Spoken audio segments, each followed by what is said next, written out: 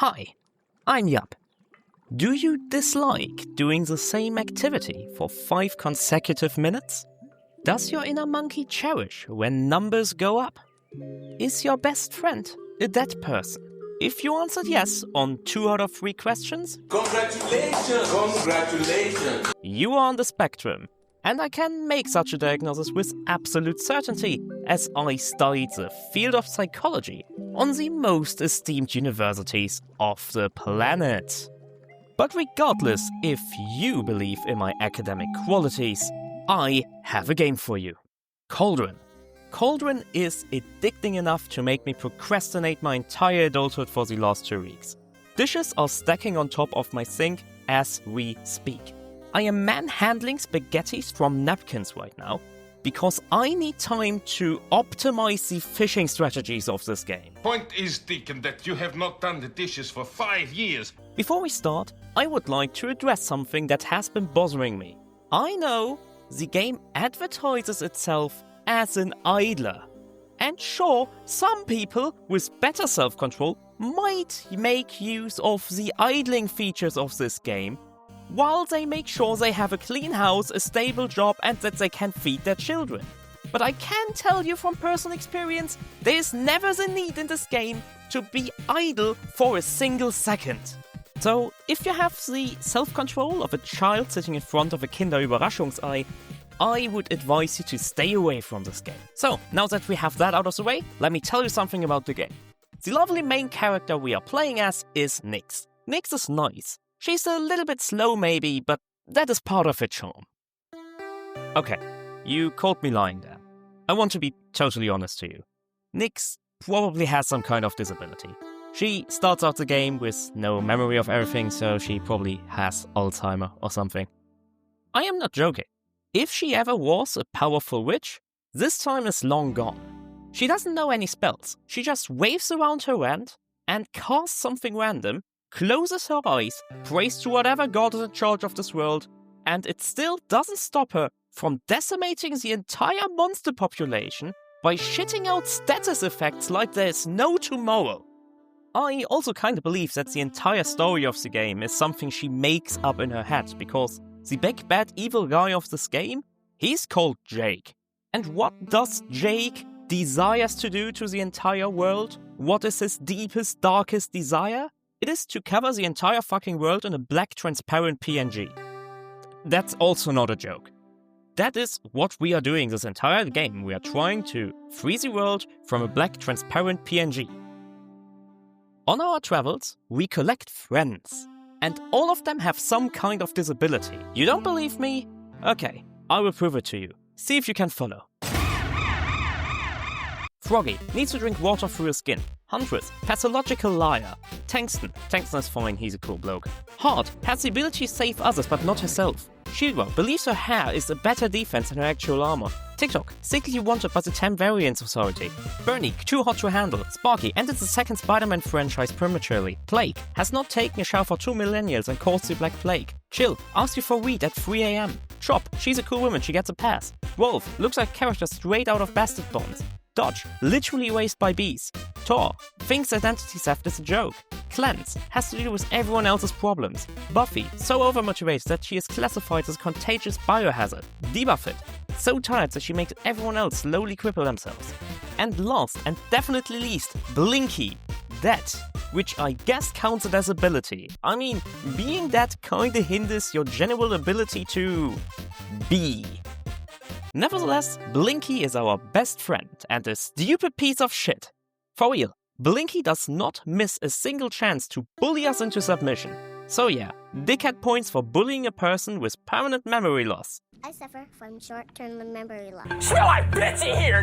All y'all smell like bitch in. In addition, Blinky is for 90% of the game absolute fucking dead weight. She would be a total waste of oxygen if it weren't for these 3 things. First, dead people don't breathe, so she doesn't use oxygen.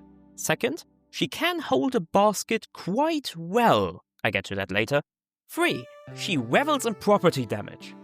Otherwise, the story of the game is not really deep. The characters are having about half a dimension of character depth, There is no grand scheme hidden somewhere, the devs don't try to teach you or tell us anything, the story is serviceable at best.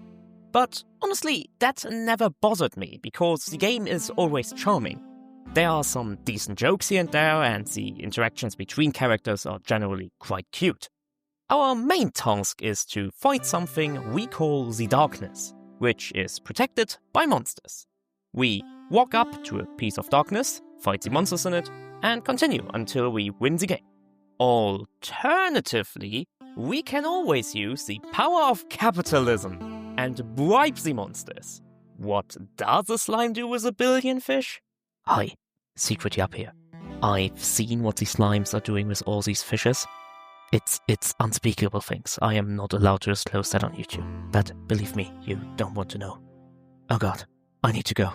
These slimes, they are controlling the police. Oh god, oh shit. If we do choose the way of violence, we do that via a turn-based combat system. I personally stopped interacting with the system as soon as I unlocked auto battles. My impatient brain just can't resist the opportunity to speed up a combat 32 times. But it honestly doesn't really harm the experience to not do the combat manually. It is still fun to set up your party, experiment with different builds, and there are sure some fun options, but the combat never really strikes in homework. None of the characters are particularly original or layered. They are all very straightforward. This is an advantage, of course, if you want a chill and casual experience, which is what we are looking for when we play a game like Cauldron. For theory crafters, this would get boring quite quickly, because there's no need to really use a spreadsheet to optimize your combat. In every normal game, I would tell you that fighting makes you level up. This is how you get stronger. This is how you beat the game. This is where I would ask you to like and subscribe. But no, we are not leveling up by fighting. What do you think this is? An ordinary RPG? No, we are leveling up by various types of child labor. I gotta say, I'm opposed to child labor, like, as a rule, but there are some kinds of labor that children are just better at. You ever try to fit into a mine shaft? That is a tight squeeze. What? Oh man, probably gonna get some letters about that, huh? Unfortunately for us, there are no children in this game, so we have to do the child labor ourselves. Each type of child labor is an elaborate minigame. We need to gather various resources for our magical cauldron!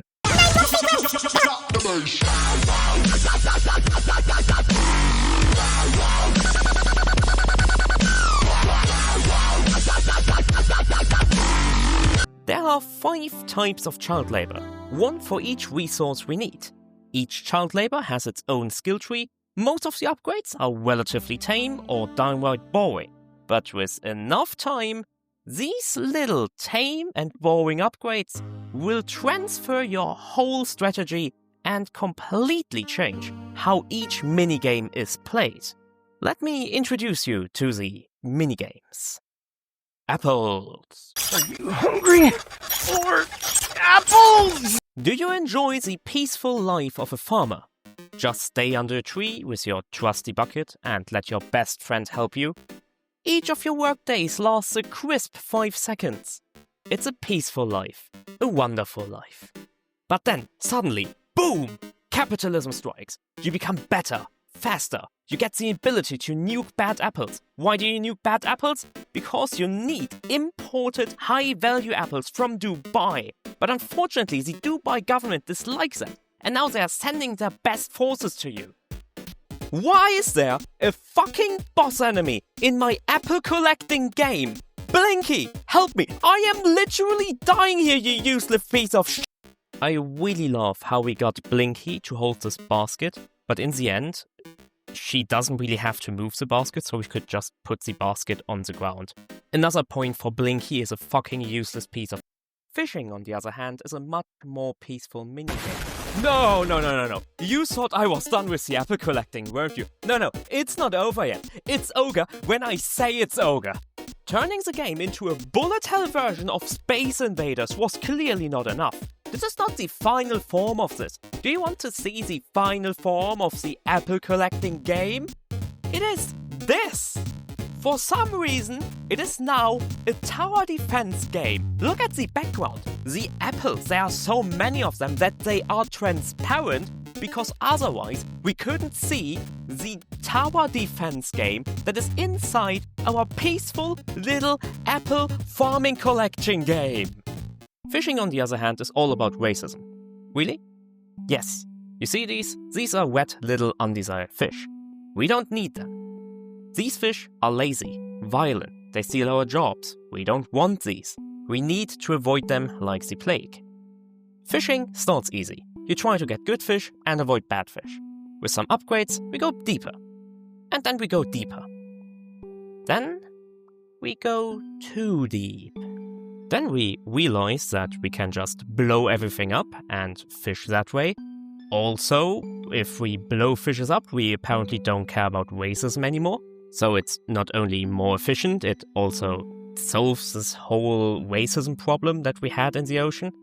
But then the whole fishing minigame turns into Mario Kart and we just try to collect pop-ups and go deeper, deeper, deeper, deeper, and just collect more fish. The game doesn't get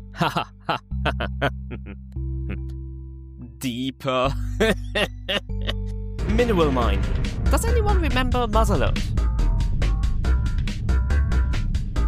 It's quite similar like OG Motherlode. It's a bit more simplified, a bit more of a roguelike version of Motherlode, really. We just dig down, grab some minerals until we are exhausted. Easy, no problem. Then we add multipliers. Multipliers are easy. We just collect them and then we get more stuff. That is easy. Do you know what's not easy? Adding chess pieces into that.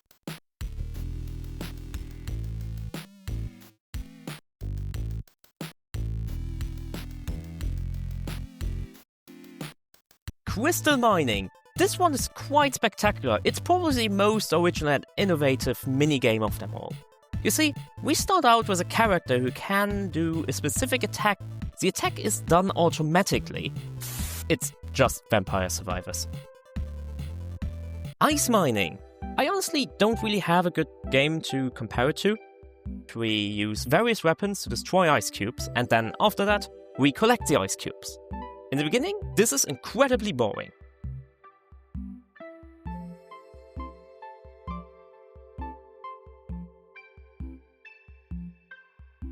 But soon, we get more weapons, we get more ammunition, and then we start to destroy serious chunks of ice. Then we turn each of our weapons into weapons of mass destruction, and then we slowly move to more lucrative colored ice to increase our GDP gradually.